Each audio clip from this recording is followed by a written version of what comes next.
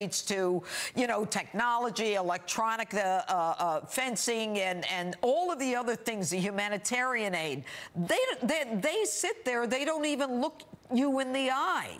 What makes you think that they're going to, in any way, cave? Because if these people said 13 and then again 6 years ago, we need a wall, but now you're the president, they don't want a wall, what makes you think they're coming back? Well, they might not. I mean, frankly, I was willing to do something, and we're asking for $5.6 billion, which is way less than what other presidents have been talking about. If you look back, this should have been done 30 years ago, 20 years ago, 10 years ago. This should have been done by others. Just like if you look at Jerusalem, if you look at the embassy moving to Jerusalem, every president promised that. They never did it. I did it. You look at so many other things that I've done. We're doing well with a lot of, we're doing well with China. We're doing well with North Korea. We're doing, I was left a very tough hand. But this was one of the problems. It's our southern border. And it's, thousands and thousands of people are coming in. And we have human smugglers. We have traffickers. We have people, the biggest drug dealers in the world, and they're pouring through the parts of the border. They don't go through your areas where you have a port of entry, Janine. They go through areas where you don't have any protection whatsoever, and it's really very sad and very, very dangerous and very bad for our country. A lot of crime comes from that location. I interviewed Ron Vitello, the acting director of ICE, and he said that there was enough fentanyl seized by them last year that could kill every American in this country. We know that 90% of the heroin comes through the southern border. And, what we also know is that there are 800,000 federal employees who didn't get a check yesterday. You're sitting there waiting for a deal. The Democrats are not sitting with you. If this isn't an emergency, I don't know what is. Well, I haven't actually left the White House in months, and in all fairness, I'm doing a lot of other work. It's not just that, but that's a very important element of what I'm doing because we have to get the southern border done. And I've been here virtually every night, I guess every night, other than one day I flew to Iraq and then to Germany to see our troops. Yes. And it was great. To see them was great. The level of love they have for this country is incredible. So I flew and then came back. I'm not even sure I actually missed a night per se, but basically I've been here for many months in the White House, and I'm a worker. I'm like you. I'm a worker. You are a worker. And frankly, I'm ready, willing, and able to get a deal done, but they don't seem, they think it's politics. I think it's bad politics. This country wants to have protection at the border. Many of our crimes, much MS-13 comes through the border.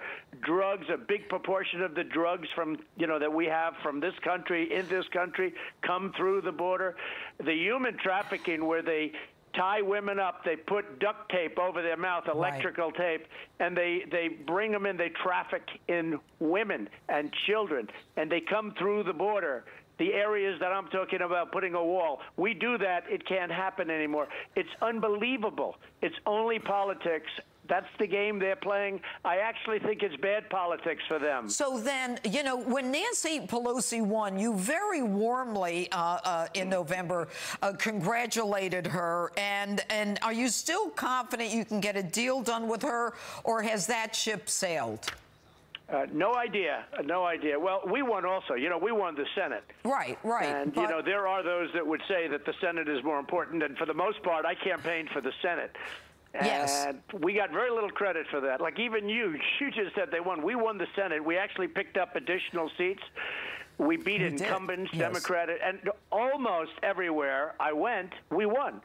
But, I'm one person, and the House had many races, and yet we won some great races where I went. But we won the Senate, Janine. We picked up 2 additional seats. It's 53-47. It was 51-49. All right. So for the last time, given that they don't seem to want to come to the table, that you have done all the negotiating, why not declare? Well, that might happen, but I want to give them a chance to see if they can act responsibly. Okay. They should act responsibly.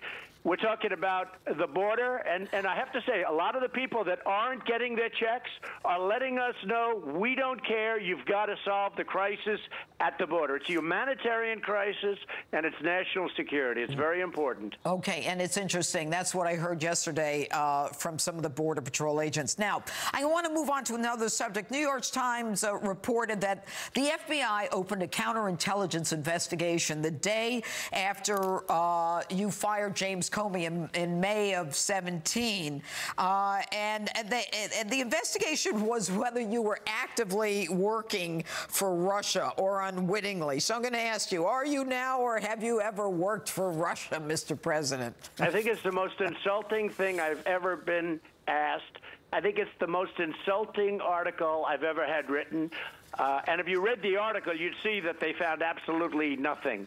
But the headline of that article, it's called The Failing New York Times for a reason. They've gotten me wrong for 3 years. They've actually gotten me wrong for many years before that. But you look at what's going on. You know, I fired James Comey. I call him Lion James Comey because he was a terrible liar, and he did a terrible job as the FBI director. Look at what happened with Hillary Clinton and the emails and the Hillary Clinton investigation, one of the biggest screw-ups that anybody's ever seen as an investigation. And what happened after I fired him, Andrew McCabe, Peter Strzok, his lover, Lisa Page, they did it. And, you know, they're all gone. Most of those people, many, many people from the top ranks of the FBI, they've all been fired or they had to leave. And they're all gone. This is what they were talking about. And obviously nothing was found. And I can tell you this, if you ask the folks in Russia, I've been tougher on Russia than anybody else, probably any other president, period. But certainly the last 3 or 4 presidents, modern-day presidents, nobody's been as tough as I have from any standpoint, including the fact that we're doing oil like we've never done it. We're setting records in our country with oil and exporting oil and many other things. So, which is obviously not great for them because that's where they get their money for the most part. But many other things. So I think it was a great insult, and the New York Times is a disaster as a paper. It's a very horrible thing, they said. And they've gone so far that people that weren't necessary believers are now big believers because they said that was a step too far. They really are a disaster of a newspaper. Well, you know, when you think about it, the people that were involved in that are all of the people have since been fired or gone, whether it's Strzok, Page, McCabe, and also the Steele dossier.